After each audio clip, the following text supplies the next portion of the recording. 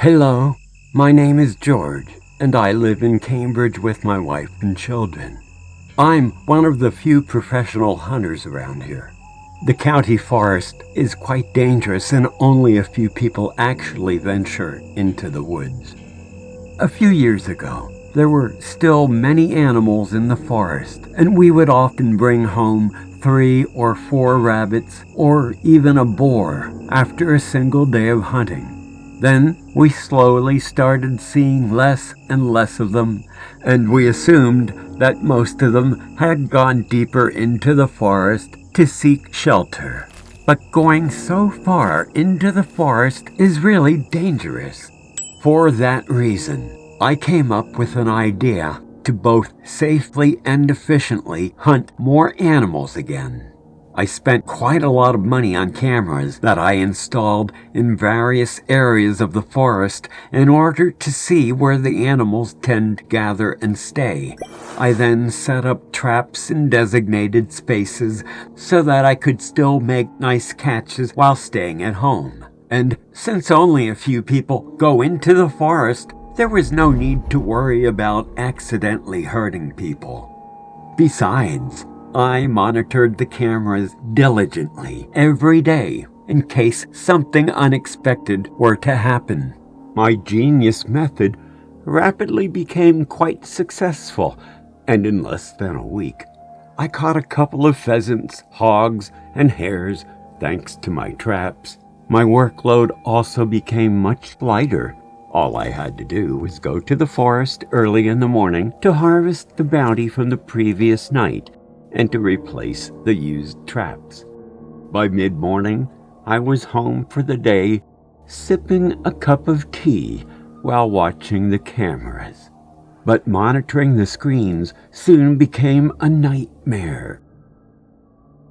One evening, after dinner, and as usual, I sat at my desk with a cup of Earl Grey and logged into the video monitoring system to see if my traps had been effective.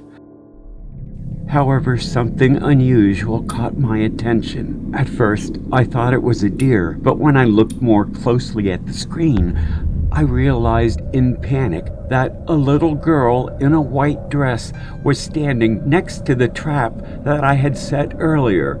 How could an adult let a child get lost in the woods so late at night? What parent would do that?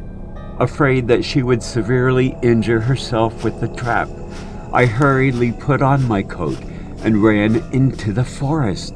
But strangely, when I arrived, nothing was standing next to the trap. She was nowhere to be found. Still in a state of bewilderment, I suddenly heard a small child giggling in the bushes in front of me. Thinking that she was hiding there, I dove into the shrubs, pushing the branches to the side to try to find her, but I stepped back in horror when I discovered a child's sandal covered with mud, and still no little girl around. My whole body started shaking uncontrollably. Sweat was trickling down my forehead and temples. I tried to reassure myself that I had dreamt of seeing that child and quickly turned around to rush back home.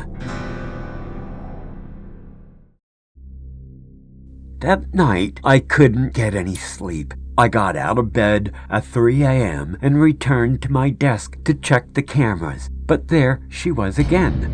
The same little girl was still playing alone next to the big tree and the trap. Because it was dark, the image was quite blurry. She looked like she had no legs, and a part of her right arm was blurred as well. I got closer to the screen, hoping to recognize the little girl, but she suddenly turned her head towards the camera and stared at the monitor with big gray eyes. I immediately turned the cameras off and went back to bed right away, trying to convince myself I was having visions because I was sleep deprived. The following morning, I took the video footage to the police station in order to find out who that little girl was. But the police officer in charge just shook his head. He didn't recognize her, and no missing child profile in the past 2 years matched her description. I began wondering if it was a prank or if she came from another part of the country. Following my visit to the station, my creepy video of the strange little girl became the talk of the town. Reporters from national television even got interested in the case. And then, a few villagers recalled an event that happened 10 years ago. A little girl about the same age as the one on the camera had been hit by a train while spending the afternoon in the forest with her family. Could this be a coincidence? Everyone immediately started speculating that the little girl on the camera was none other than the spirit of the deceased child.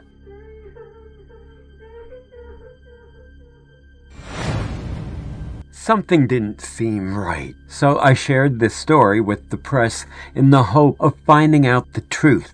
A month later, a man named Jack Wilson contacted me to tell me that the little girl from the picture was not a ghost, but it was his granddaughter, little Heather, now 9 years old. He and Heather had just stayed for the holidays at a hotel just outside of town.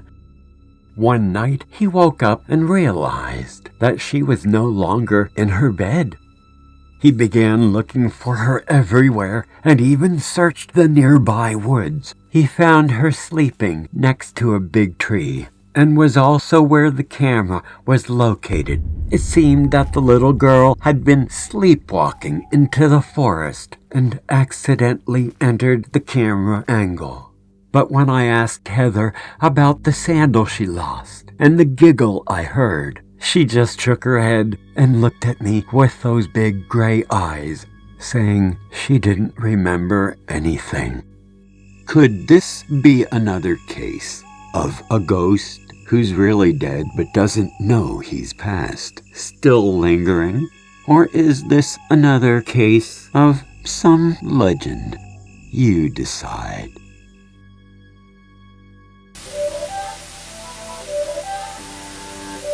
It's not a game, it's a rich thing.